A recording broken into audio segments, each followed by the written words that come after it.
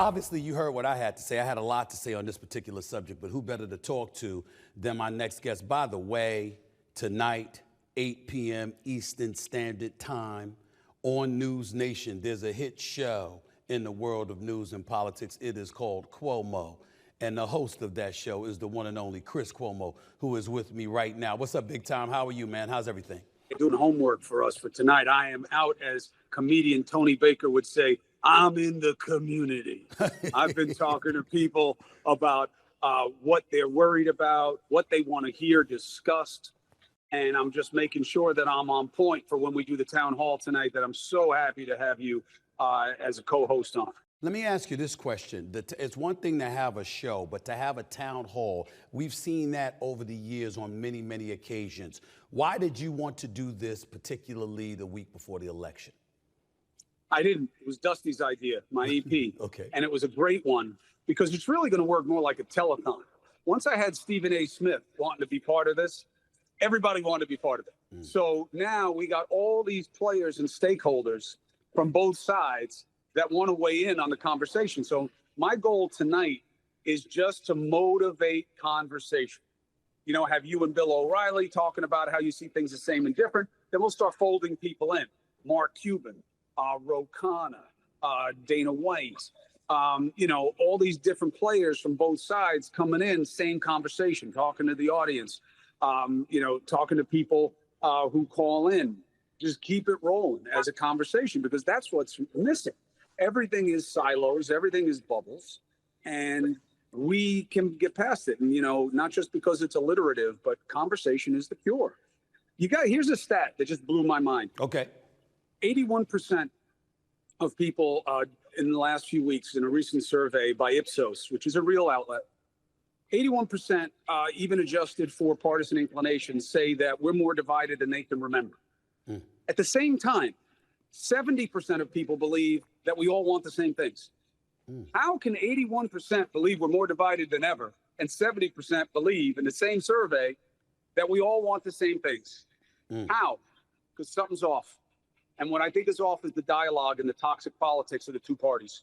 And I think we can talk our way through that. Do you blame anyone in particular for the absence of dialogue and the divisiveness that exists in today's politics, or do you hold both parties accountable and culpable, or is there one in particular individual that resonates more than anybody else when it comes to that divisiveness?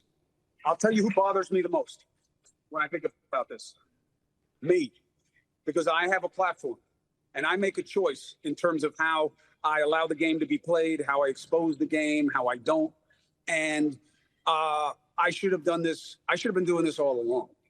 Now, look, this is a beast tonight. I don't know how we're going to pull this off with all these different plays. I'm going to lean on your considerable communication skills tonight to make sure that we give everybody a voice. But we got to be talking to people that we don't agree with on the regular. And we got to be exposing that what the parties are doing. And I'm not saying they're the same. I don't believe Kamala Harris and Donald Trump represent equal offsetting options. I think that he is a unique negative in our society, let alone our politics. But it doesn't matter. People will make their choice. And it being such a deadlocked situation shows that it's not as simple as that. But I blame myself. The parties do what works for them. Okay? The media does what gets you clicks, what gets you paid. Politicians do what gets you votes, okay? I have a choice about how I do my job. And I'm at a place at News Nation where that's all they want is bridges. And I need to build more of them. Chris Cuomo, I want to get to Kamala Harris for a second, our vice president. She held a rally at the Ellipse, the place where Trump spoke on January 6, 2021, to an estimated 70,000 supporters, I might add.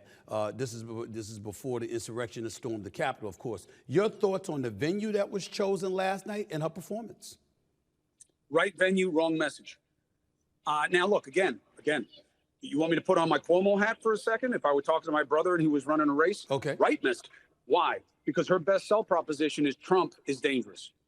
Now, I personally don't believe that's enough to win the election.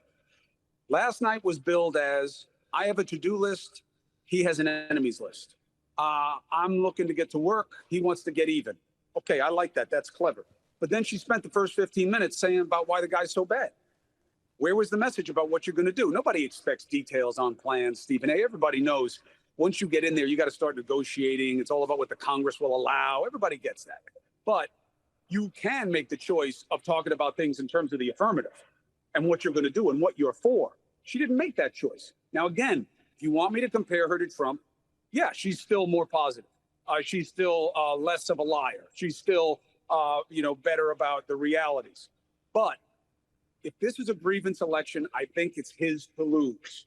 Why don't I just say he's going to win? Because he can lose it. He's so divisive. He's so unlikable that could swing it.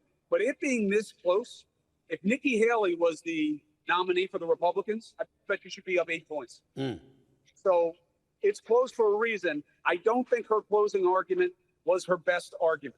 But I could be wrong, because if all that matters is winning, maybe that's what gets the energy where she needs it to be. Speaking of divisiveness, though, and I think utter stupidity, Trump's Sunday night Madison Square Garden rally was supposed to provide a closing argument against Kamala Harris. Instead, the event is making waves for comedian Tony Hinchcliffe calling Puerto Rico a floating island of garbage, talking about carving watermelons with black men and disparaging Harris himself.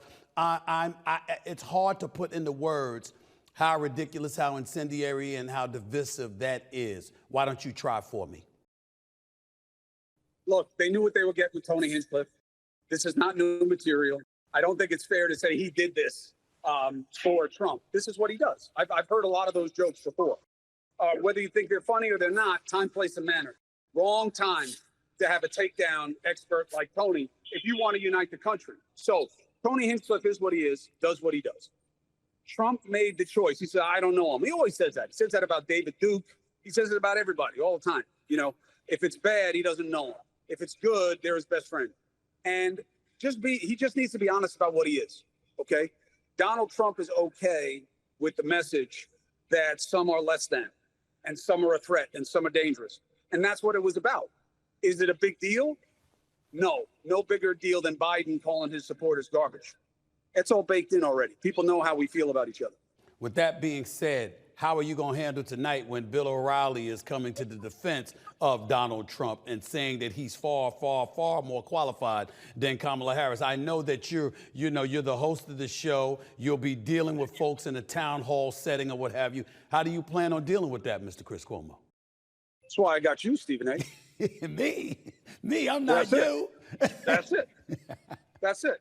What do you think? You're just there to look good? You're just arm candy? You're not my date. That's why you're there. That's why Geraldo's there. That's why Cuban's there. That's why Ro Khanna is coming on. That's why Jared Moskowitz is coming on. That's why the audience is there. It's got to be a conversation. I take on that man every Wednesday night. So it's not just about me and him. It's got to be about the week. It's got to be bigger than that. And we've got it set up for exactly that. So we're going to be good. Don't go anywhere. The one and only Chris Cuomo right here with Stephen A. Smith. We'll be back with more in a minute.